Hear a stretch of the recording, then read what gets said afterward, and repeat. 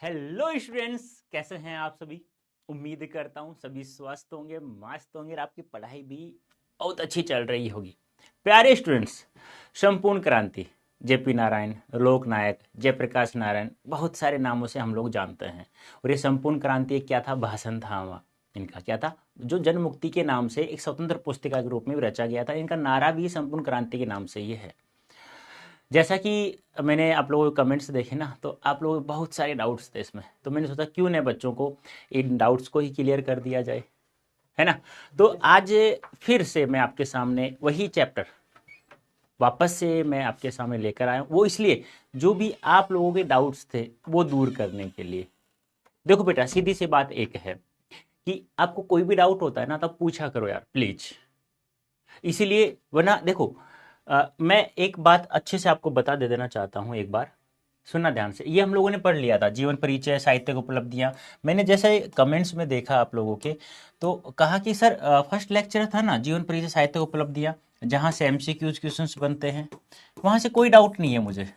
सभी ने यही कहा, कोई डाउट नहीं है किसी को भी, किसी प्रकार किसी को कोई डाउट नहीं था। मेरी बातें सुनते रहो, फिर मैं आपकी बातें सुनूंगा, चिंता मत। सभी बच्चों को प्यार भरा नमस्कार। सुनो, पहले ध्यान से सुनो। देखो, आज आप लोगों के लिए बड़ा ही स्पेशल सेशन है ये। तो मैंने सभी ने यही कहा कि सर जीवन परिचय साहित्य उपलब्ध जो फर्स्ट लेक्चर था ना, उसमें कोई दिक्कत नहीं है हम लोगों को। लेकिन जो सेकंड लेक्चर है, सेकंड क्लास है, जो सेकंड सेशन है, उसमें जो चैप्टर में मूल पाठ पढ़ाता हूँ। देखो हम लोग इसमें क्या करते हैं, पहले लेक्चर में हम लोग क्या किया कि जीवन परिचय साहित्य को उपलब्धियां पढ़ा कि जन्म कब हुआ, निधन कब हुआ, कहाँ हुआ, माता पिता का नाम क्या था, कुछ रचनाएं किसी की थी तो वो रचनाएं पढ़ ली हम लोगों ने। ये सब चीजें हम लोग पढ़ते हैं, और साथ में प्रत्येक चैप्टर का सारांश हम लोग पढ़ते हैं, जो महत्व। और मैं हमेशा ये कहता हूं, प्रत्येक चैप्टर का जो फर्स्ट सेशन होता है, फर्स्ट लेक्चर होता है, सबसे ज्यादा very very very very important होता है। अब इसमें किसी को डाउट भी नहीं था, सभी ने यही कहा था, कुछ कमेंट्स मैंने देखे। अब ये जो चैप्टर है, मूल चैप्टर जिसको मैंने पढ़ाया, इसमें बहुत सारे शब्द थे ऐसे जिनका बच्चे अर्थ समझना चाहते हैं कि इसका अर्थ बता दो। और मैंने क्या कहा, मेरी बात किसी ने नहीं सुनी। मैंने ये कहा, बेटा देखो, यदि आपको 100% मार्क्स प्राप्त करना है तो प्रत्येक शब्द के अर्थ में मत घूमना, मत सर्च करने की कोशिश करना, क्योंकि समय बहुत ज्यादा खराब होगा। क्योंकि आपका जो पेपर होगा, मैं उंगलियों पे बता रहा हूं इस प्रकार से, 100 एमसीक्यूज होंगे, 100 क्वेश्चंस एमसीक्यू, जिसमें व्याकरण होगा। वापस से सुनना ध्यान से, कोई दिक्कत नहीं है, समय लग जाए, मैं हूं, एक लेक्चर और ले लूंगा मैं इसमें। व्याकरण होगा आपके, प्रत्येक चैप्टर से अंदर से एमसीक्यूज होंगे, ठीक है, मतलब और रचनाएं और रचनाकार होंगे जो प्रत्येक चैप्टर से होंगे, ये होंगे आपके। और मैंने ये, और एक प्रतिपूर्ति आपकी बुक है, 3 चैप्टर, वो मैंने ये कहा, ये मत पढ़ो यार, मत पढ़ो। मैं हूं ना, मैं आपके व्याकरण से ही 50 में 50 करवा दूंगा, 100 में से जो 50 होंगे। या जो पाठ का लेखक परिचय, जीवन परिचय, कवि का जीवन परिचय जो आएगा चैप्टर में से, जो आएगा वो आराम से ये 50 से 50 आराम से हो जाएंगे। और ये 50 में 50 एमसीक्यूज हो गए ना, तो मैं आपको 100% मार्क्स आराम से दिला सकता हूं। पूछो कैसे। सबसे महत्वपूर्ण जो चीज होती है वो होती है पाठ का सारांश। आपसे डायरेक्ट पूछा जाता है कि इस चैप्टर का सारांश लिखिए, और वो सारांश मैं आपको फर्स्ट लेक्चर में ही करवा देता हूं बेटा जी, करवाता हूं ना। और पॉइंट टू पॉइंट बताता हूं कि ऐसे ही लिखना। मैं भी ये भी कहता हूं ऐसे ही लिख के आना, ऐसा कह रहा हूं बस। परिश्रम का आपके लिए दूसरा उसने आपको सामने ला के कर दिया ना, जितना आप दे लेते रहो ऐसे ही। Bye bye, thank you. हाँ, अब डाउट करते रहो उसमें, तो गया नहीं कभी भगवान की दया से, यानी सरस्वती 50 करवा दूंगा, 100 में से जो 50। ये महत्वपूर्ण जो चीज होती है वो होती है पाठ का सारांश। आपसे डायरेक्ट पूछा जाता है कि इस चैप्टर का सारांश लिखिए, और वो सारांश मैं आपको फर्स्ट लेक्चर में ही करवा देता हूँ बेटा जी, करवाता हूँ ना। और पॉइंट टू पॉइंट बताता हूँ कि ऐसे ही लिखना। मैं भी ये भी कहता हूँ ऐसे ही लिख के आना, फालतू बातें मत लिख देना, मैंने ये कहा, ठीक है। दूसरा, एक पत्र लेखन जो मैं आपको समझाऊंगा। तीसरा, निबंध लेखन जो मैं आपको फिक्स बता दूंगा 5-7, जिसमें से बाहर अभी तक तो गया नहीं कभी भगवान की दया से, यानी सरस्वती माँ की दया से, और जाने भी नहीं दूंगा मैं आप पर। अब सरस्वती माँ का आशीर्वाद इतना तो है। ये है सबसे ज्यादा महत्वपूर्ण। अब बचे क्या, अब कुछ क्वेश्चंस पूछ जाते हैं 2 नंबर के, 1 नंबर का, 3 नंबर का, वो आता है आपके चैप्टर के अंदर से, जो संपूर्ण पाठ जो होता है। और उसी पाठ में बच्चों ने कहा कि सर जो चैप्टर है ना, इसका प्रत्येक शब्द का अर्थ में हमें समझाया नहीं, वो एवं समझा दीजिएगा बस इसी में। लेकिन बेटा मैं आपको एक बात बताऊं, ईमानदारी से कह रहा हूं, सच में मुझे उससे कोई एलर्जी नहीं हुई कि आपने कहा, कमेंट किया कि सर ये समझा दो। मैं को यार 1 नहीं 2 लेक्चर ले आऊँगा मैं आप लोगों के लिए। और मैं हमेशा कहता हूँ कोई डाउट हो तो कमेंट बॉक्स में लिख दिया करो, या डाउट बॉक्स है इसमें लिख दिया करो, मैं आपको बता दिया करूँगा। मैंने ये भी कहा। लेकिन पता है मुझे एक छोटा सा दुख हुआ एक बात का, क्या कि देखो जैसे आप क्लास हो जाती है, देखो प्रत्येक टीचर, मैं हूँ, मैं कहूँ तो मुझे 2009 से मैं पढ़ा रहा हूँ, तो मैं आपसे कहूँ कि कभी कोई क्वेश्चन बाहर गया, मैं कहता हूँ कभी नहीं गया यार, जाने भी नहीं दूंगा मैं। ये मेरे बच्चों पर, मेरे ऊपर सरस्वती माँ का आशीर्वाद है, तो मैं अच्छे से मैं समझा देता हूँ, कोई डाउट नहीं आता उसमें। ठीक है, चलो ठीक है। अब प्रॉब्लम पता है कहाँ आई, थोड़ा सा दुख मुझे से हुआ कि जैसे आप क्लास एंड करते हैं ना, तो एक रेटिंग का ऑप्शन आता है जिसमें 5 रेटिंग, सफलता की सीढ़ियाँ चढ़ते जाओगे। बंद इसलिए क्योंकि आप बातें बहुत ज़्यादा करते हो, तो उद्देश्य होता है 96, 95, 90, 88, बहुत सारे बच्चों के हैं यार, वो कैसे हैं। जब हम बच्चों को पढ़ाते हैं, हम पूछते हैं बेटा पूछो ना, और आपकी एक ये ऐसा नहीं है कि क्लास चैप्टर खत्म हो गया हम बाद में बात नहीं करेंगे, नहीं करेंगे यार, करते हैं हम आपसे ज़्यादा सोचते हैं आपके बारे में। आपका उद्देश्य जो उद्देश्य होता है वो हमारा उद्देश्य होता है, ऐसा नहीं किसी और का उद्देश्य वो हो जाता है। तो कहने का मतलब क्या हुआ, मेरा कहने का मतलब ये हुआ कि जब भी आप कुछ भी पूछना हो ना, कैसा भी सवाल हो, आप डाउट बॉक्स में लिखो। कमेंट्स तो मैं बंद इसलिए क्योंकि आप बातें बहुत ज़्यादा करते हो। हाय, मैंने सोचा यार जो फर्स्ट लेक्चर होता है प्रत्येक चैप्टर का, उसको अच्छे से समझाइए भयंकर तरीके से कि एक एक एमसीक्यू सवाल आ जाए वहां से। दूसरा, जो चैप्टर मूल चैप्टर है उसमें मैं क्या करता हूं कि उसको रीड करता हूं, जहां मुझे आवश्यकता पड़ती है इसको समझाना है उसको मैं समझा देता हूं।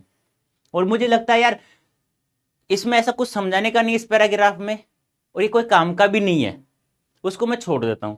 लेकिन आपने उसे मेरी उस बात को सुना नहीं, और आपने कमेंट भी किया और रेटिंग भी का सत्यानाश कर दिया। भाई प्लीज, 1 बार नहीं 2 बार नहीं, अब मैं इस चैप्टर को तुम्हारे इस कारण मैं दोबारा पढ़ाऊंगा, इस चैप्टर संपूर्ण क्रांति को दोबारा से मैं पढ़ाऊंगा, एक एक शब्द को मैं समझाऊंगा मैं दोबारा से, क्योंकि फर्स्ट लेक्चर में किसी को कोई डाउट नहीं है, तो पूरा चैप्टर इसका मतलब है आपको एक एक शब्द का अर्थ चाहिए, मैं अर्थ समझाऊंगा। और बताइए क्या चाहिए, आप पूछा करो, ऐसे आप पूछा करो। अब चलो आज सबसे पहले आपके डाउट क्लियर करते हैं हम लोग, उसके बाद चलते हैं आगे मजादार तरीके से। ठीक है बेटा, सर आप कौन सा बुक यूज करते हैं।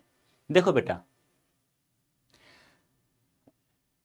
सीधी सी बात है, मैं हमेशा कहता हूं आप बुक्स लाओ तो भी ठीक है, नहीं लाओ तो भी ठीक है, आप उसे पढ़ के आओ, फिर समझ में नहीं आए तो मुझे बताओ, तो मैं रिवीजन करवाऊंगा, और रिवीजन मैं करवाऊंगा, ऐसा नहीं मैं नहीं करवाऊंगा, प्रत्येक चैप्टर का कराऊंगा। एक एक पूरा एक ऐसा ही क्लास लेके आता हूं मैं, जिसमें पूरा प्रत्येक चैप्टर का सारांश होता है, प्रत्येक चैप्टर का जीवन परिचय होता है, मुख्य मुख्य बातें होती है, मैं सब करवाता हूँ, क्योंकि जब भी तो यार हम लोग यहाँ हैं आप लोगों की वजह से।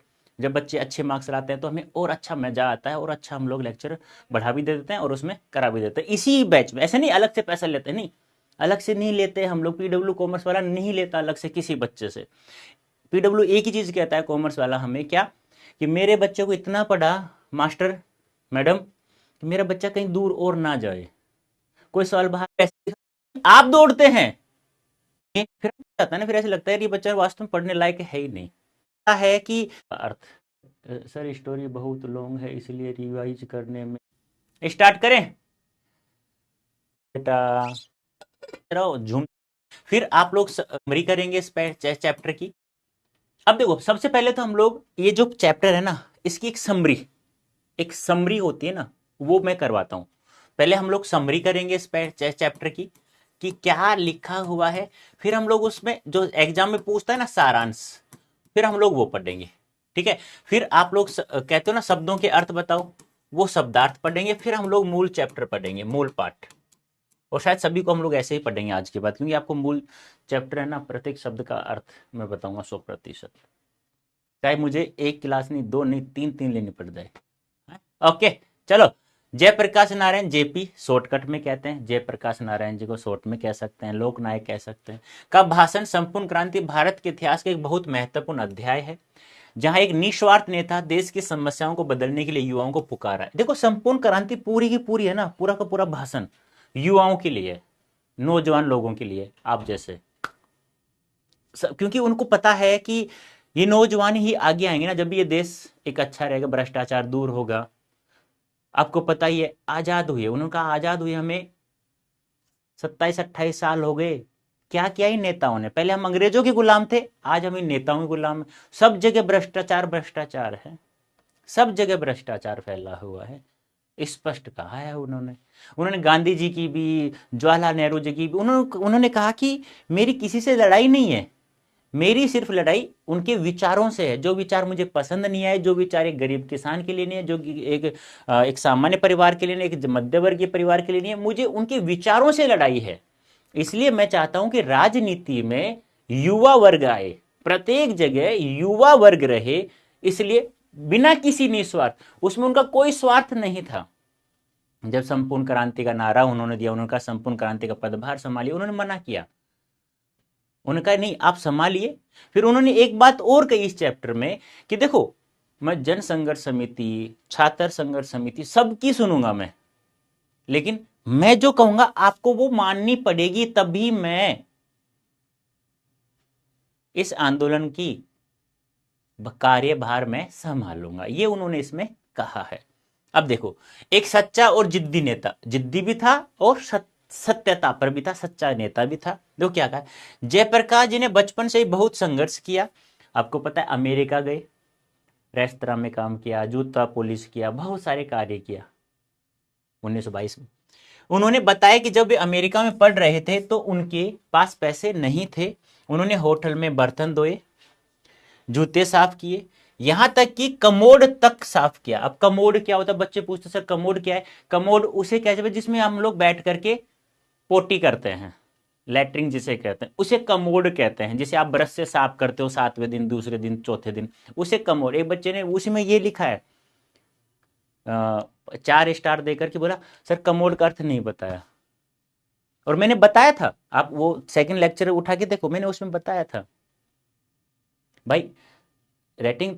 देखो अब आप चाहते हो बुरा हो किसी का तो आप कम कर सकते हो, वरना 5 देकर भी ये लिख देते सर कमोड का अर्थ बता दीजिए, बताए मास्टर होता है। वास्तव में यार बच्चा देख मेरे बताए पद चिन्हों पे चल रहा है, और सच बता रहा हूं मैं, प्रत्येक टीचर जैसा कहता वैसा कर दिया ना, जिंदगी में कभी भी असफलता नहीं मिलेगी यार, क्योंकि हम जिंदगी सिखाते हैं, हम सिर्फ पढ़ाते नहीं है। जिंदगी एक अच्छी अच्छी मतलब पैसे वाली, रुपये वाली, रुतबे वाली, इज्जतदार, प्रतिष्ठा कैसे मिलती है, जब मैं कहता हूँ अच्छे से पढ़ो रोजाना, कभी किसी का बुरा मत करो, ना सोचो ना कहो, इसलिए मैं रोजाना मैं कह देता हूं इसको। आपको बुरा लगता है ये पता नहीं क्यों नहीं लगता।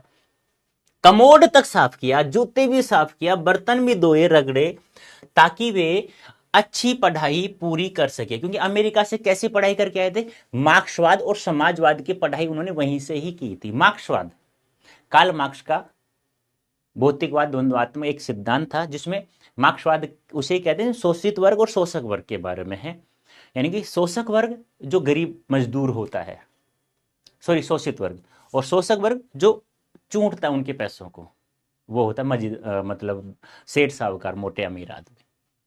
उन्होंने यह सब इसलिए बताया ताकि बच्चे समझ सके, उन्होंने सिर्फ इसलिए बताया ये कि आप मोटिवेट हो, आप लोग युवा वर्ग, कि मैंने पढ़ाई करने के लिए लैट्रिन भी साफ की है कमोड, मैंने पढ़ने के लिए मैंने जूते पॉलिश भी किए, मैंने पढ़ने के लिए रेस्टोरेंट में, रेस्तरा शब्द आया था तो रेस्तरा होता है रेस्टोरेंट, होटल, उसमें बर्तन भी साफ किए मैंने।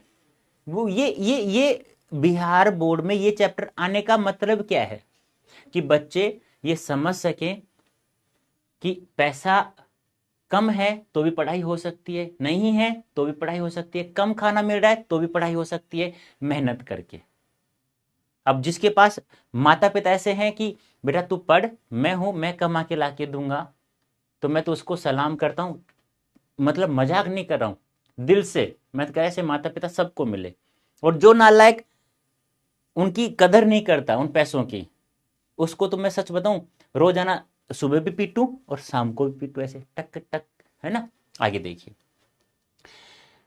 समझ सके कि एक नेता को जमीनी हकीकत का पता होना चाहिए। यानी कि एक कोई भी नेता बनता है राजनीति में, तो उसको जमीनी हकीकत यानी नीचे से पता होना चाहिए, एक गरीब किसान किस प्रकार से बच्चा पढ़ता है, किस पर क्या। आपने एक फिल्म देखी है, मुझे दिमाग में नहीं आ रहा नाम क्या है, अजय देवगन की मूवी है और जिसमें सोनाक्षी सिन्हा है, कि एक होटल का बच्चा है, तो वो कहता है कि नहीं, जिसके माँ बाप पढ़े लिखे होंगे ना, तो ही ये बच्चा इस स्कूल में पढ़ेगा। अब उस स्कूल का जो प्रिंसिपल है उसके पिताजी अनपढ़ थे, अजय देवगन उसको पकड़ लाए। गजब ने बोला कि इसका एडमिशन, बच्चे का एडमिशन क्यों नहीं हुआ। वो कहता है कि जिसके माता पिता पढ़े हुए लिखे नहीं है ना, तो उसको एडमिशन नहीं मिलेगा। वो बच्चा अंग्रेजी बोलता अच्छे से, फिर उसके बाप को सामने ला के देखा, तो मेरे पिता को क्यों लाया, मेरे को धमका रहा है। वो कह रहा है धमका नहीं रहा मैं। अब बच्चे को कहता है कि सवाल पूछ इससे, वो सवाल पूछता है तो वो कहता है मुझे अंग्रेजी नहीं आती। कहता अच्छा, मतलब एक चाय बेचने वाला चाय बेचेगा बच्चा, क्या वो प्रिंसिपल नहीं बन सकता। वो उसे पूछा बाबा मुझे माफ़ करना, गलती होगी हो तो। अंकल जी, क्या ये बच्चा आपके बच्चे की तरह बनना चाहिए या एक रिक्शा चलाने वाले की तरह बनना चाहिए। वो कहता है नहीं, इसकी तरह।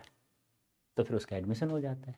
तो वही बात ये आपके ऊपर निर्भर करती है। ये चैप्टर आपके लिए है कि एक नेता को ये सब बातें पता होनी चाहिए कि एक गरीब किसान किस प्रकार, एक गरीब मजदूर व्यक्ति किस प्रकार से अपने बच्चों को पढ़ा सकता है, किस प्रकार अपने बच्चों को पालता है। ऐसे नहीं कि नेता बनते ही सब कुछ भूल जाए वो कि हकीकत क्या है।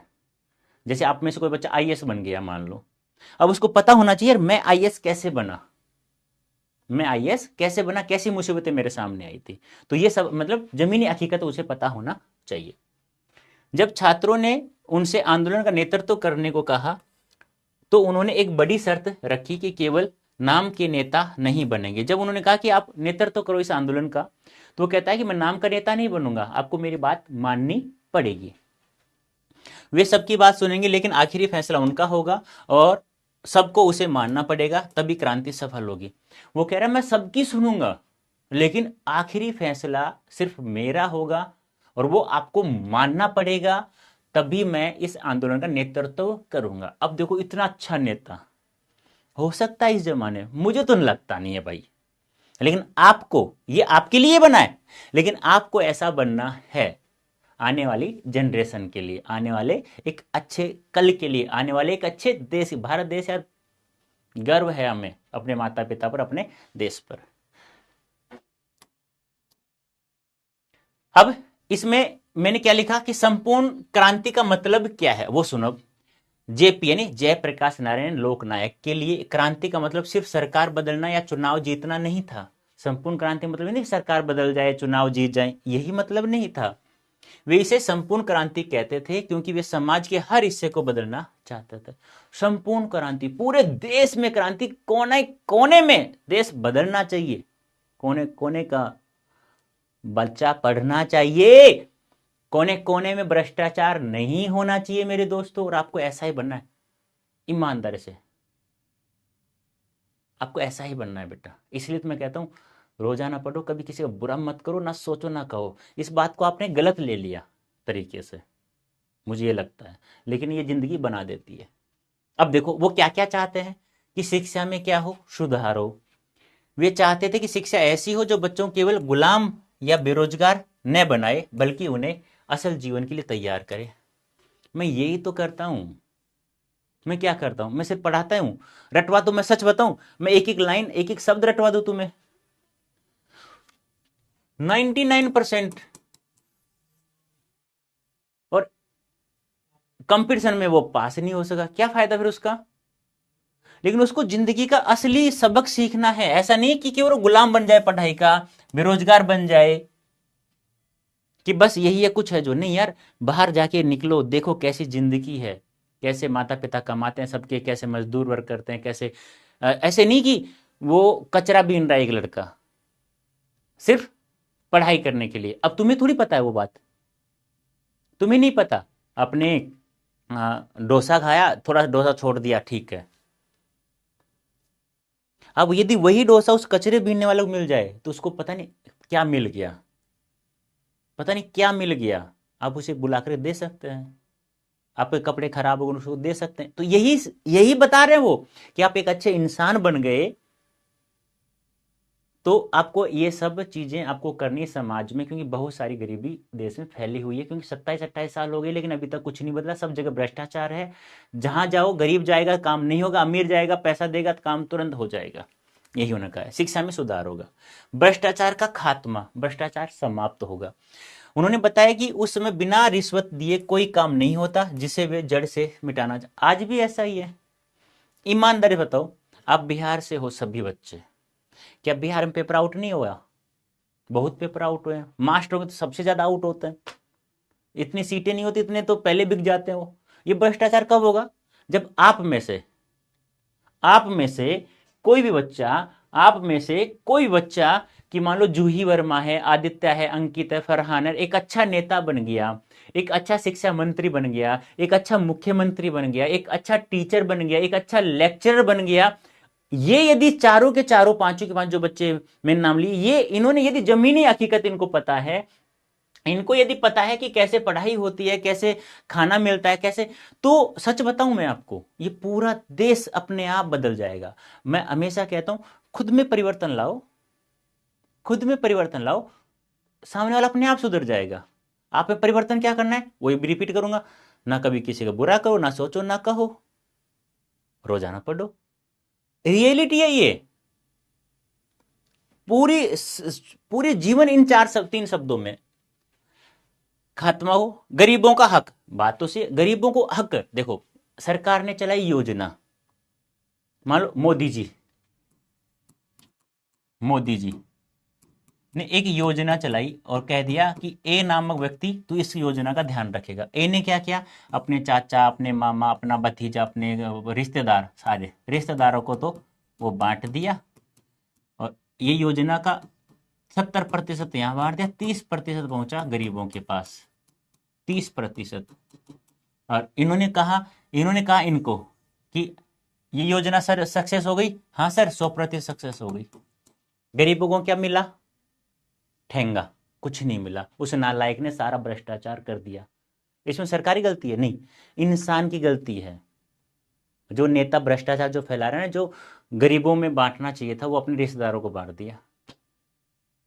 तो वे चाहते थे कि चुनाव इतने सस्ते और साफ सुथरे हों कि एक गरीब किसान या मजदूर भी चुनाव लड़ सके। कहने का मतलब क्या है कि पैसे वाला आदमी चुनाव लड़ सकता था, क्यों भाई, गरीब नहीं लड़ सकता, क्योंकि करोड़ रुपए खर्च होते, वो कहां से लाए बेचारा।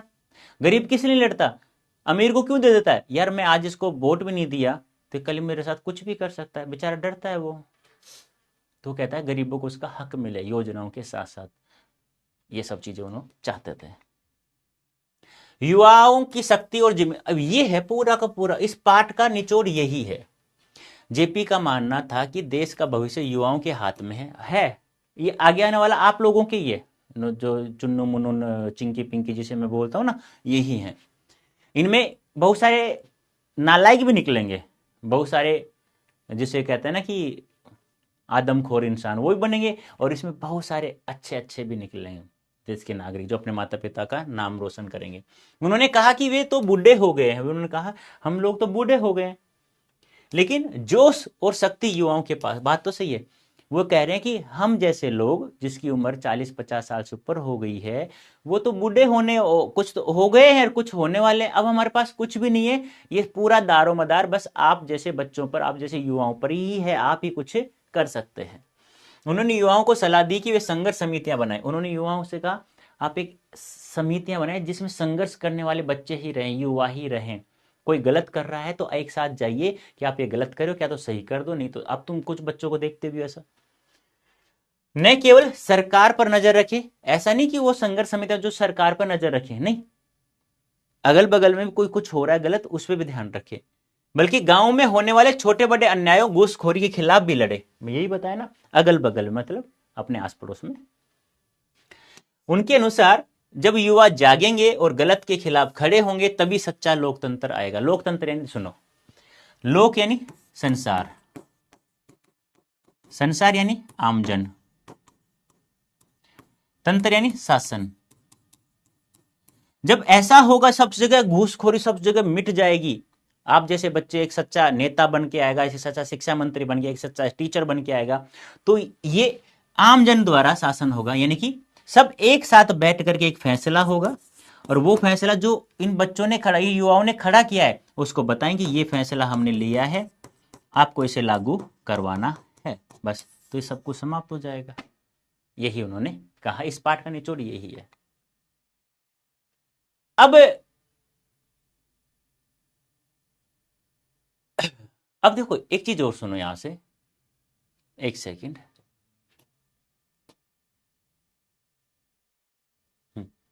अब देखो इस पाठ में और क्या क्या है, और सुनो। उन्होंने अपने अमेरिका प्रवास के बारे में यहां क्यों बताया, ये एक समरी है, समरी चल रही है अभी, पूरा पाठ नहीं आया अभी। जेपी के जीवन के संघर्ष की मिसाल क्या है, अमेरिका प्रवास 1922 से लेकर 29 तक वो रहे लेनिन, है ना। जब वे अमेरिका में पढ़ रहे थे तब उनके पास घर से पैसे मंगवाने का कोई साधन नहीं था। उन्होंने वहां अपनी शिक्षा पूरी करने के लिए मेहनत की, कठिन शारीरिक श्रम किया, मेहनत की, श्रम यानी मेहनत, काम किया मतलब।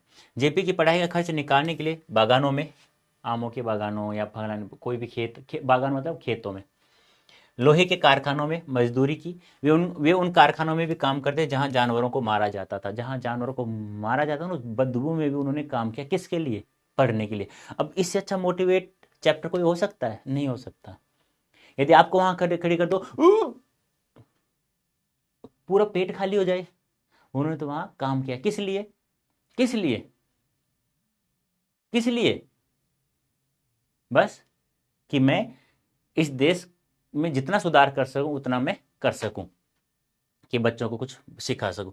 सादा जीवन और बचत, वे 3-4 विद्यार्थियों के साथ मिलकर एक छोटे से कमरे में रहते ताकि किराया कम देना पड़े। वे खुद खाना पकाते और इतवार रविवार को भी छुट्टी नहीं लेते। रविवार को आप कहते हो आ तो मम्मा रविवार है, मैं तो सोऊंगा 10 बजे तक। अरे तुम 10 बजे तक सोओगे तो फिर पढ़ाई कब करोगे, पढ़ाई कब करोगे। तो कहने का मतलब क्या हुआ, कि मेरा मतलब यही है कि संडे हो या मंडे हो, कोई छुट्टी नहीं होनी चाहिए, रोज आना पढ़ना है बेटा जी, रोज आना पढ़ना है, कसम खा लो कि मुझे रोज आना तो पढ़ना ही पढ़ना है। आगे देखिए, हर काम को सम्मान देना। वो रेस्तरा यानी रेस्टोरेंट, होटल, होटल में भी बर्तन धोए। वेटर का काम क्या, वेटर जानते हो ना, आप कहते हो ना हेलो भैया पनीर वाली सब्जी लाना, दाल लाना, थोड़ी सलाद ला दे, थोड़ा सा भाई नमक ला दे, उसको बोलते हो ना आप वेटर ना बोलो, आप बोलो भैया, अंकल जी है तो अंकल जी, थोड़ा बड़ा है तो ताऊ जी, कुछ भी बोलो सम्मान से बोलो, भैया प्लीज यार ये वो सोचेगा कि यार वास्तव में यार ये कितना अच्छा इंसान है, मुझ जैसे गरीब को कितने प्रेम से बोल रहा है, प्यार से बोल रहा है। ये चीज आप में होनी चाहिए, ताकि उन्हें शाम को रात का खाना मिल सके। ये काम किस लिए किया, कि रात को होटल में काम करेंगे तो ये खाना मिल जाएगा हमें। उन्होंने शाइन पार्लर में नाम दिया है, जूते साफ करने से लेकर होटलों में कमोड, कमोड जानते हैं, बता दिया हूं, साफ करने तक का काम बड़ी हिम्मत के साथ किया। जेपी के संघर्ष में हमें सिखाता है कि कोई भी काम छोटा नहीं होता, अपनी मंजिल पाने के लिए कितनी मेहनत करनी पड़े, पीछे नहीं हटना चाहिए। शिक्षित होने के लिए कोई भी काम छोटा नहीं होता। जैसे सुनो, जैसे जूही ने आदित्य को कुछ गलत बोल दिया, तो मैं हमेशा कहता हूं सोने से पहले 10 मिनट देखो जिंदगी का, यही तो बात है, पढ़ाना मत सिखाओ, गुलाम मत बनाओ, जिंदगी का हिस्सा सिखाओ कि जीरो से। तो वही कहता हूं, पूरे दिन जो भी काम किया हो, रात को सोने से पहले 10 मिनट आंख बंद करके सोचो कि मैंने क्या क्या किया। अरे यार आज मैंने उसको गलत बोला, उठाओ फोन, हेलो आदित्य प्लीज यार सॉरी दोस्त, ये मुझसे गलती होगी। वो पता क्या कहेगा, यार कितनी अच्छी है जूही, देख मतलब उसने गलती का एहसास हो गया है। वो फिर पता है क्या कहेगा, अरे कोई नहीं जूही, ऐसा होता है, ऐसा होता है, कोई दिक्कत नहीं है, दोनों की गिल्टी समाप्त, बस फिर कितना अच्छे इंसान है वो। वही बात है यहाँ पे। तो कोई भी काम छोटा नहीं होता है, किसी भी करना चाहिए। ऐसा नहीं कि पिताजी सब्जी बेचते हैं, मैं तो 12वीं में पढ़ता हूँ और वहाँ तो मेरे स्कूल के दोस्त के मम्मी पापा सब्जी लेने आते हैं, मैं सब्जी क्यों बेचूं वहाँ पे जाके। अरे भाई, हेल्प करने में कुछ नहीं होता। मेरे पापा चाय बेचते हैं, मैं वहाँ चाय दे के आऊँगा, उनके वो तो मेरे दोस्त के पापा हैं, उसको चाय दे के आऊँ तो मेरी बेइज्जती हो जाएगी। नहीं यार, कोई काम छोटा नहीं होता है मेरे दोस्त, कोई काम छोटा नहीं होता है। हेल्प किया करो और पढ़ाई किया करो। अब यह है पाठ का सारांश, सीधा सीधा आधा चैप्टर का ऐसे आएगा। संपूर्ण क्रांति पाठ का सारांश लिखिए। रामायण लिख के आ गए, नंबर नहीं मिलेंगे, पहले बता रहा हूं। पॉइंट टू पॉइंट लिखेंगे ना, ऐसे पॉइंट टू पॉइंट लिखेंगे तो नंबर आएगा 100% का, और 100% मार्क्स देगा वो। यदि बिना पॉइंटों के लिख दिया ऐसे सीधा सीधा रामायण, तो मैं खुद ऐसे ही नंबर देता हूं, आधे 50% या 5 का होगा 2 नंबर, 3 नंबर नहीं दे। 3 तो मैंने कभी नहीं दिए, 1-1.5 नंबर देता हूं उसमें। और पॉइंट टू पॉइंट लिखता है ना, सच बताऊं दिमाग में ऐसा एक बोझता है, अरे वाह यार कितना अच्छा लिखा है बच्चे ने। ये तो ऐसे लिखोगे। लोकनायक जयप्रकाश नारायण द्वारा रचित संपूर्ण क्रांति पाठ उनके ऐतिहासिक भाषण का एक अंश है, जो 5 जून 1974 को पटना के गांधी मैदान में दिया था। 5 जून 1974 को। इस भाषण और पाठ का मुख्य सारांश निम्नलिखित है। इसमें वो जोड़ दें जनमुक्ति कि ये संपूर्ण क्रांति जो भाषण था, जनमुक्ति नामक स्वतंत्र पुस्तिका के रूप में, ये मैं पहले बताया था, आज बता देता हूँ, उस दिन मैंने बताया था।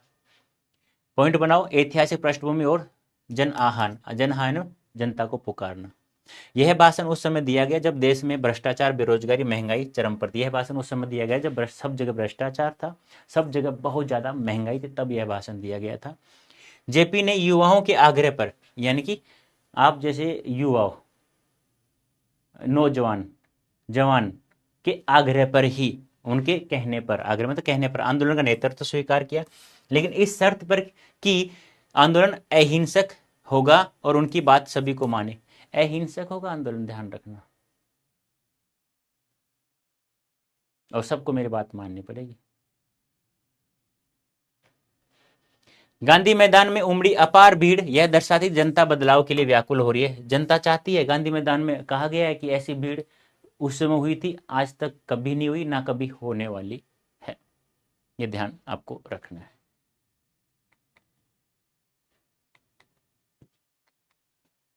संपूर्ण क्रांति का विचार, जेपी ने स्पष्ट किया कि उनका उद्देश्य केवल सरकार बदलना नहीं, बल्कि समाज में व्यापक परिवर्तन लाना है। वो चाहते हैं कि सरकार बदलना ही नहीं, मुझे पूरे देश में परिवर्तन लाना है। उन्होंने इसे संपूर्ण क्रांति का नाम दिया। संपूर्ण क्रांति नारा इसलिए दिया था कि पूरे देश में कोने कोने भ्रष्टाचार दूर हो जाए, बस सब जगह, जिसमें राजनीतिक भी आता है, सामाजिक, आर्थिक, सांस्कृतिक, शैक्षणिक परिवर्तन शामिल हो। राजनीति समाज से संबंधित, आर्थिक अर्थ से संबंधित, पैसे संस्कृति से संबंधित और शिक्षा से संबंधित, ये सब उसमें शामिल हैं। इस संपूर्ण क्रांति, ये सब क्या हो जाए, भ्रष्टाचार सब जगह दूर हो जाए। उनका मानना था केवल चुनाव जीत लेना कोई लोकतंत्र नहीं है। ऐसा नहीं है कि चुनाव जीत लिया लोकतंत्र हो गया। भ्रष्टाचार के द्वारा पैसे, बोतल, दारू बेच करके, पैसे बांट करके वोट खरीद लिया, चुनाव जीत गया, ये लोकतंत्र नहीं है। जनता का शासन पर नियंत्रण होना चाहिए, यानी जनता का शासन पर नियंत्रण। अब उन्होंने एक बात और कही थी, आपको याद हो तो, कि आप संघर्ष समितियां, छात्रों से तो कहा कि आप संघर्ष समितियां इकट्ठी बनाओ, कमेटी बनाओ, और लोगों से कहा कि तुम जनसंघर्ष समिति बनाओ। ठीक है, तो उन्होंने कहा कि आप एक कोई भी आदमी खड़ा करो जो एमएलए जिसे बनाना चाहते हो, तो वो आपके कंट्रोल में होना चाहिए। ऐसा नहीं कि वो भ्रष्ट बन जाए, नालायक। आपके पास वो भी कर्तव्य होने चाहिए कि यदि ये भ्रष्ट है तो इसको आप हटा सके तुरंत। इसलिए मतलब पूरा लोकतंत्र होना चाहिए आपके अकॉर्डिंग, पूरे देश की जनता के अकॉर्डिंग, यही भी उन्होंने कहा है। सब जनसंघर्ष समिति, छात्रों की संघर्ष समिति मिलकर के कोई एक नेता खड़ा करे।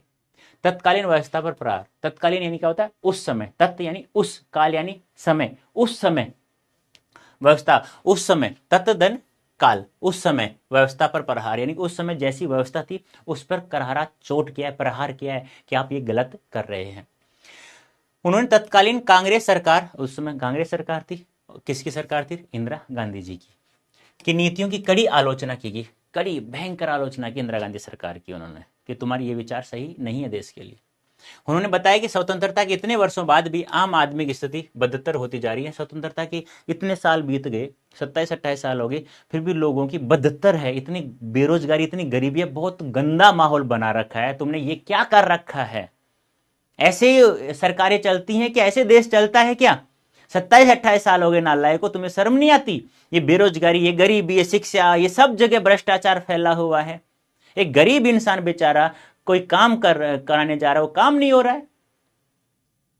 कितने शब्दों का प्रयोग करके देखो, क्या है? बदतर, इतनी बुरी स्थिति है आम आदमी की। भाई जरूरी है सभी 1 लाख रुपए महीने कमाए? कोई ऐसा भी बेचारा कोई 10,000 कमाता है महीने के, वो भी तो घर घर चला सकता है ना। सरकार दे रही है ना, योजना चला रही है ना, तुम बीच में क्यों खा रहे हो नालायक को? तो ये सरकार की कड़ी निंदा कर रहे हैं। और भ्रष्टाचार जड़ों तक फैल चुका था। एक बात बताओ, क्या भ्रष्टाचार है? क्या देश नहीं जानता इस बात को? जानता है। क्या देश नहीं जानता? जानता है। लेकिन कहने का मतलब मेरा यही है बेटा यहाँ पे कि 1 मिनट, 1 सेकंड बेटा, 1 सेकंड रुकना, 1 सेकंड रुकना। मैंने बोला भी था, मैंने कह दिया था भी यार मुझे याद दिला देना, 7 बजे बोल थी। चलो कोई बात नहीं। भ्रष्टाचार जड़ों तक फैल चुका है। बिना दल के लोकतंत्र, दल विहीन लोकतंत्र, ये ना, बिना दल के लोकतंत्र यानी कि कोई दल नहीं है किसी का और फिर वो शासन चलाए। दल विहीन, जिसका कोई दल नहीं है, की अवधारणा पर जोर देते हुए सत्ता की विकेंद्रीकरण की वकालत की। कहने का मतलब क्या है कि किसी का कोई पार्टी नहीं होना चाहिए, किसी कोई दल नहीं होना चाहिए कि वही चलाए। मैं चाहता हूं कि दल विहीन होना चाहिए, कोई दल नहीं होना चाहिए किसी का, सबकी बात माननी चाहिए, ऐसा शासन होना जरूरी है। तो उस समय का एक ऐसा करारा प्रहार डाला है कांग्रेस सरकार पर। युवाओं और छात्रों की भूमिका, ऐसे कैसे लिखना है बेटा प्लीज, 100% मार्क्स मिलेगा सारांश, और प्रत्येक चैप्टर का सारांश ऐसे ही होना चाहिए। पद का नहीं, गद का तो होना ही होना चाहिए। और पूछेगा 100% कह रहा हूं। और संपूर्ण क्रांति का मुझे लग रहा है अब की बार 100% यही आएगा, संपूर्ण क्रांति के पाठ का सारांश लिखिए। वैसे तो मैंने बातचीत का भी बताया था, उसने कहा था, कहानी का बताया था। जेपी ने इस आंदोलन की कमान युवाओं के हाथ में सौंपी और उन्होंने स्वराज्य की रक्षा के लिए आगे आने को कहा। स्वराज्य यानी कि अपना राज्य, यानी कि स्वराज्य जिसे हमने प्राप्त किया था, स्वराज्य की लड़ाई थी, बाल गंगाधर तिलक जी सब स्वराज्य प्राप्त करना चाहते थे। तो उन्होंने कहा कि युवा आप लोग आगे आइए और आप लोग ही देश को अच्छे से चला सकते हैं, और आपके बिना ऐसा आपने नहीं किया तो फिर ऐसा कभी भी नहीं होगा, फिर ये देश बहुत पीछे चला जाएगा। पहले अंग्रेजों के गुलाम थे, अब इन नालायक नेताओं के गुलाम हैं, तो आप इन्हीं को दूर कर सकते हैं, आपकी एक संघर्ष समिति बनाइए आप। उनका मानना था कि भविष्य का निर्माण युवा ही कर सकते हैं, इसलिए राजनीति सक्रिय भागीदारी निभानी चाहिए। उन्होंने कहा कि भविष्य में देश का अच्छा नेता जो बनेगा इन बच्चों में बनेगा, तो आप आगे आइए और आप ये सब कर सकते हैं, सब समस्याएं ये चीज, और कोई इसका वो नहीं है। व्यक्तिगत स्मृतियां और आदर्श, अब व्यक्तिगत कुछ यादें थी उनकी, वो देखिए। भाषण के दौरान उन्होंने अपने पुराने दिनों को याद किया, अमेरिका में बिताए समय, बापू यानी महात्मा गांधी जी तथा जवाहरलाल नेहरू के साथ अपने संबंधों को भी याद किया। कुछ व्यक्तिगत स्मृतियां थी, कुछ यादें थी, उनको भी आपके सामने प्रकट किया कि मैं इन से मिला, इनके विचार सब अच्छे थे, लेकिन मुझे किसी से लड़ाई नहीं थी, मुझे मेरी लड़ाई उनके सिर्फ विचारों से थी। मैंने गांधी जी के विचार मुझे अच्छे नहीं लगे तो मैंने उन्हें भी कहा, जवाहरलाल नेहरू के कुछ विचार अच्छे नहीं थे, मैंने उन्हें भी कहा। ठीक है, ये सब चीज़ें उन्होंने यहाँ पे बताई हमारे सामने कि आप डरो मत, आप सच्चे हो तो आपकी जीत अवश्य होगी। तो उन्होंने यही कहा है मोटिवेट करने के लिए, दबो मत किसी से भी, कोई नालायक कैसा भी बड़ा नेता क्यों हो, बड़ा टीचर, कोई कुछ भी, आपको दबना नहीं है, बस अपना काम करते रहना है, बस शांतिपूर्वक, ऐसे नहीं लड़ाई लठबाजी मत करनी। यद्यपि उनके नेहरू जी से वैचारिक मतभेद भी थे, वे उनके विचारों से मतभेद भी थे, वे फिर भी वे उनके प्रति सम्मान रखते। सम्मान सबसे रखो, लड़ाई इंसान से नहीं उनके विचारों से होती है। आप किसी से दुश्मनी क्यों करते हैं? क्योंकि उसके विचार अच्छे नहीं थे। आप उसे कहते भाई प्लीज मुझे है ना गलत गाली मत देना, आज की बात आपसे हाथ जोड़ता हूँ, प्लीज आप ऐसे कह दो, आप छोटे हो जाओगे? नहीं, आपको अपना जीवन बनाना है बस। अच्छा, निष्कर्ष देखो मैंने क्या लिखा है इसमें। इस पाठ का मूल संदेश यह है कि लोकतंत्र में जनता ही सर्वोपरि है, जनता ही सबसे ऊपर, उससे ऊपर कोई है क्या? नहीं। जनता जनार्दन कहा भी जाता है। जयप्रकाश नारायण ने संपूर्ण क्रांति के माध्यम से एक ऐसे समाज की कल्पना की थी जो शोषण मुक्त हो। एक ऐसे कल्पना की थी कि जिसमें कोई किसी का शोषण नहीं करे, शोषण मुक्त होनी चाहिए। सबका काम, गरीब अमीर कैसा भी इंसान हो, सबका काम होना चाहिए, सबको योजनाओं का लाभ मिलना चाहिए, बेरोजगार नहीं होनी चाहिए, गरीबी नहीं होनी चाहिए। और जहां शासन व्यवस्था में ईमानदारी और पारदर्शिता हो, बस मतलब शासन व्यवस्था में क्या हो, ईमानदारी हो। ईमानदारी मतलब कोई भी योजना चले सबको समान रूप से मिले, और पारदर्शिता हो, यानी कि सबको पता होना, सबके सामने, हाँ ये योजना चली थी, इस इतनी ये योजना ऐसे ऐसे मैंने बंटवारा किया, ऐसे ऐसे देख सकते हैं आप, सामने आपके सामने है, ये सब इसमें होना चाहिए। ये हो गया आपका, मैंने समरी भी करवा दी है, पाठ का सारांश भी करवा दिया है मेरी तरफ से, जितना मैं समझता हूं आपके पेपर के अकॉर्डिंग, तो पूरा चैप्टर का निचोड़ निकल चुका है। अब ये कुछ शब्द से, एक बच्चे ने इंफ्रास्ट्रक्चर पूछा उसमें कमेंट्स में, सर इंफ्रास्ट्रक्चर का अर्थ नहीं बताया। भाई इंफ्रास्ट्रक्चर में अर्थ क्या बताऊं, आप पहले ही तैयार, मैंने ये भी बताया था कि किसी भी चीज को करने के लिए जो पहले ही आधार तैयार कर दिया था ना कि ये चीज होनी चाहिए इस चीज में, तो वो इंफ्रास्ट्रक्चर तो होता है, आधारभूत ढांचा जिसे हिंदी में कहते हैं। अब हिंदी से अच्छा तो मुझे ये शब्द लग रहा है यहाँ पे, इंफ्रास्ट्रक्चर।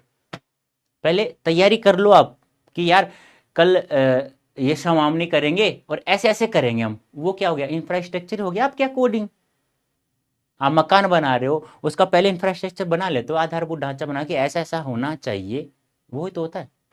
हृदय ग्राही, देखो शब्दों का अर्थ, देखो ये शब्द का अर्थ ही आप मुझसे पूछे थे, वो मैंने ला दिया है।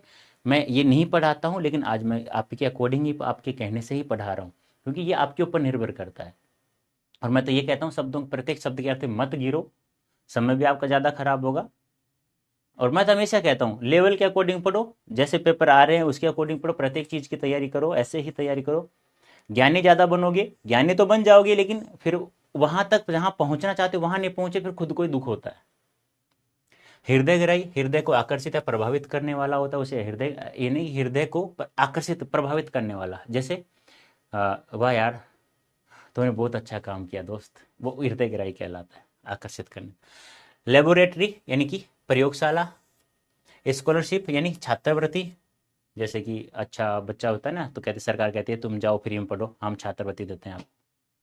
असिस्टेंट यानी सहायक, अंकुश यानी नियंत्रण, स्वच्छंद स्वतंत्र, अपने मन के मुताबिक चलने वाला होना, ऐसा ही इंसान चाहिए। आप भी ऐसे रहा करो, बस हमेशा अपने मन के अकॉर्डिंग चलो, बस मन जो कहता है, दूसरे को ऐसे नहीं कि मेरे दोस्त ने साइंस लिया मैं भी साइंस लूँ, नहीं यार, तुम्हें अच्छा मैथ्स कॉमर्स आता है, अच्छा तो कॉमर्स लो ना।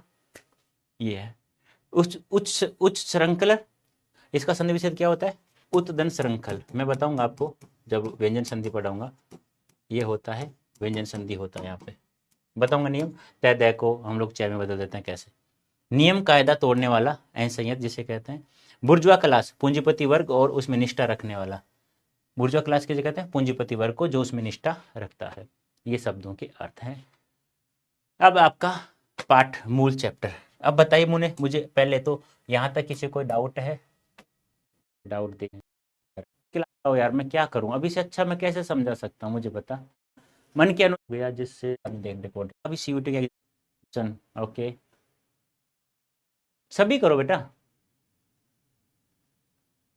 नहीं पढ़ेंगे हम लोग। ये लेसन सेशन और लूंगा मैं, बच्चों को प्रॉब्लम नहीं होनी चाहिए यार, बच्चे तो हमारी जान है, हम बच्चों से थोड़ी ना MCQ question MCQ question, sir आप पूरा चैप्टर करवा दिया था मैंने।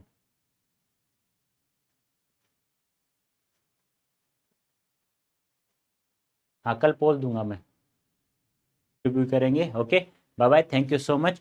खुश रहना, मस्त रहना नालायकों, और पढ़ाई करते रहना, रोजाना पढ़ना है सभी को, रोजाना पढ़ना है, कभी किसी का बुरा मत करना, ना सोचना और कहना, ओके गुड नाइट।